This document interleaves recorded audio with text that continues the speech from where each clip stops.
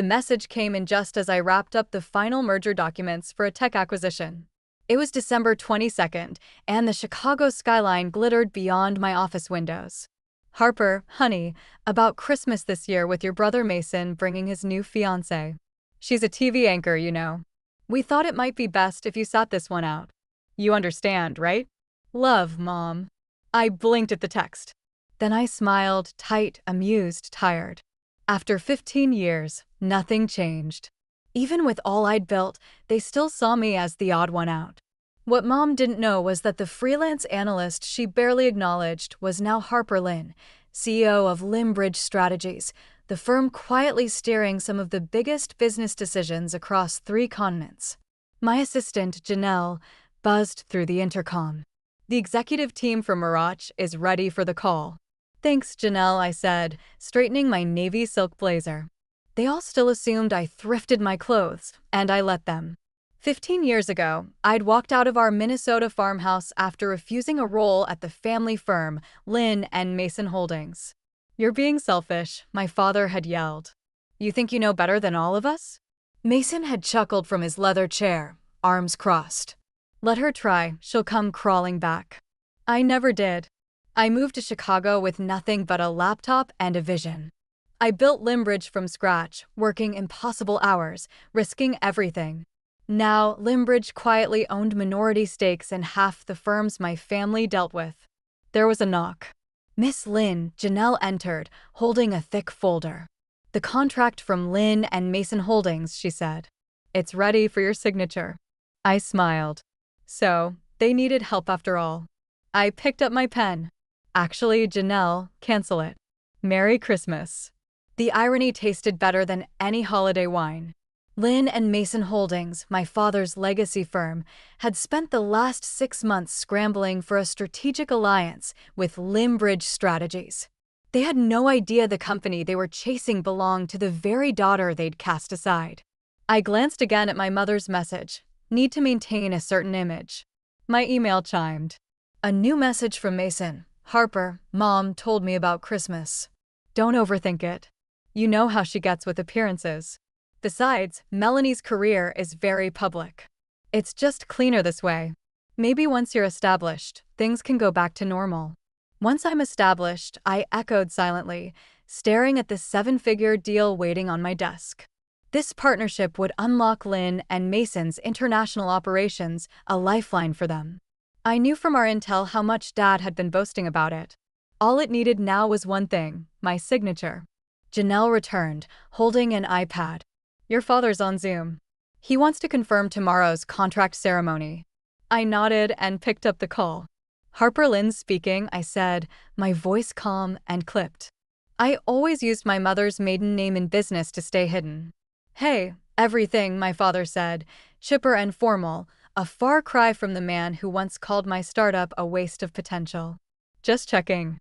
Everything's on track for tomorrow, right? This deal is vital to our future.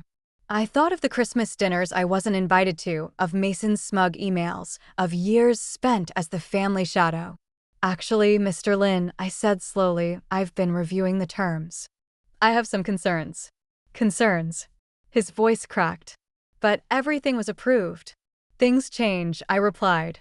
We should discuss it in person. Bring the whole family to the ceremony. Lynn and Mason is a family company, right? Of course, he stammered. My wife, Mason, Melanie, all your children, Mr. Lynn, I said firmly. A pause. Then, softer, well, Harper's not really involved. All your children, I repeated. Understood, he murmured. Good, I said, and hung up. Tomorrow would be interesting. After my father ended the call, I leaned back in my chair, staring out over the glittering Chicago skyline. Tomorrow, my family would walk into Limbridge headquarters, expecting to meet a powerful but nameless CEO. Instead, they'd come face to face with the daughter they had dismissed and forgotten. Janelle stepped into the doorway once more. Shall I prepare the executive conference room for tomorrow's event? I nodded, running my fingers over the embossed contracts. Yes, and Janelle, make sure the photographers are ready. I want the moment fully documented, every single expression.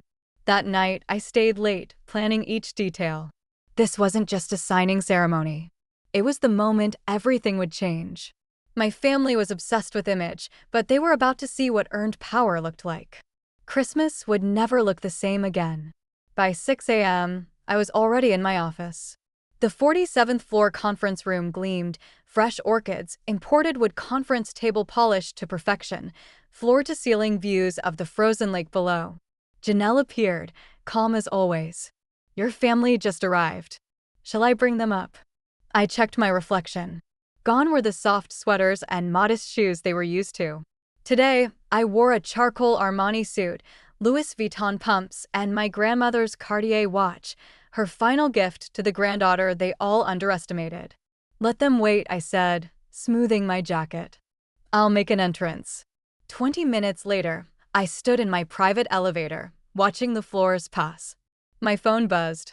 Another message from my mother. "Harper, where are you? Your father says this meeting is critical. Don't embarrass us." I smiled, slipped the phone away. Through the glass walls of the conference room, I could see them. Dad pacing, Mom fixing Mason's tie, Melanie rehearsing her smile, and the senator board glancing at the contracts, unaware. I gave Janelle a nod. She opened the doors. "Ladies and gentlemen," she announced, "Miss Harper Lynn, CEO of Limbridge Strategies." The room froze. The air turned electric. As I stepped inside, my heels echoed across the marble. Then my mother's champagne flute slipped from her fingers, shattering across the polished walnut table. My father's face drained of color, rage giving way to disbelief. But it was Mason's stunned silence I'd remember most, the ever-confident air reduced to a speechless onlooker. "Good morning, everyone," I said coolly, taking my seat at the head of the table. "Shall we begin?" "This is absurd," my father stammered. "You're a freelance consultant, aren't you?" I lifted a sleek black folder and flipped it open. "Because according to these documents, I'm the CEO of the firm you've been courting, Limbridge Strategies." The senator sat up straighter, suddenly attentive. "I'm sorry, what exactly is going on?" "Oh," I said, turning to Melanie with a mock-sweet smile, "I would have been properly introduced at Christmas dinner. But funny thing, I wasn't invited. Something about maintaining appearances." My mother opened her mouth. "Harper, sweetheart, this has all been a huge misunderstanding." "Has it?" I cut in, sharp as ice. I tapped a button on the panel. The wall screen lit up. "Let's review. Here's your message, Mom, suggesting I sit Christmas out. Here's Mason implying my career was a fluke. And here," I tapped again, "is Dad pleading for this partnership, completely unaware he's been negotiating with his invisible daughter." The room fell silent. Janelle moved between chairs, placing updated copies of the contract in front of each guest. Dad flipped through his in panic. "These aren't the same terms. These are different." "I agreed," I said. "I've made revisions. I've had time, years, actually, to decide how I wanted this moment to go." "No," he leaned forward. "You can't do this. Lynn and Mason has plans, expansion, investors. Like how I had plans when I launched my business with no support." I said. "When I was dismissed at every holiday table?" "That was different," Mom said. "We were trying to protect you from failure."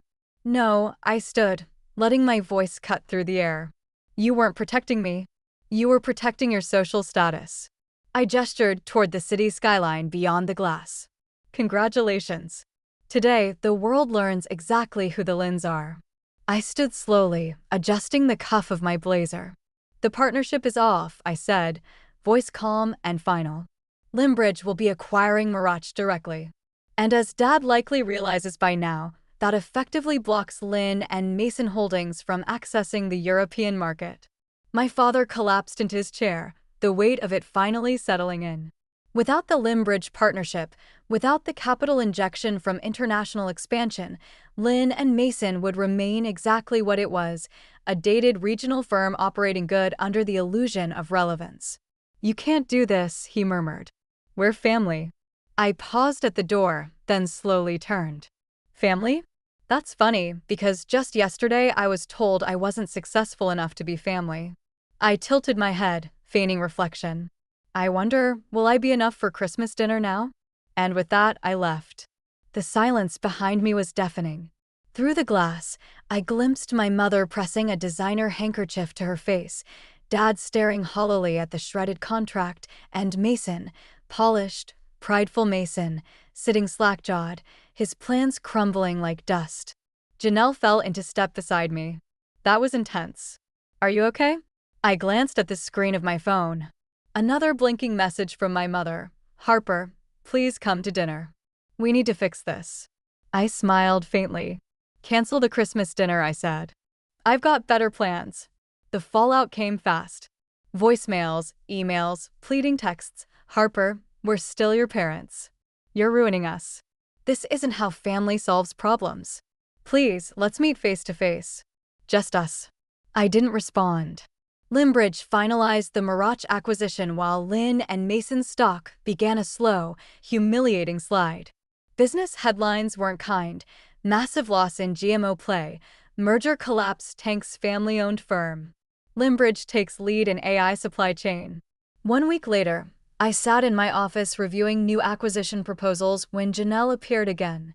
Your brother's here, she said. Third time this week, but this time he's alone.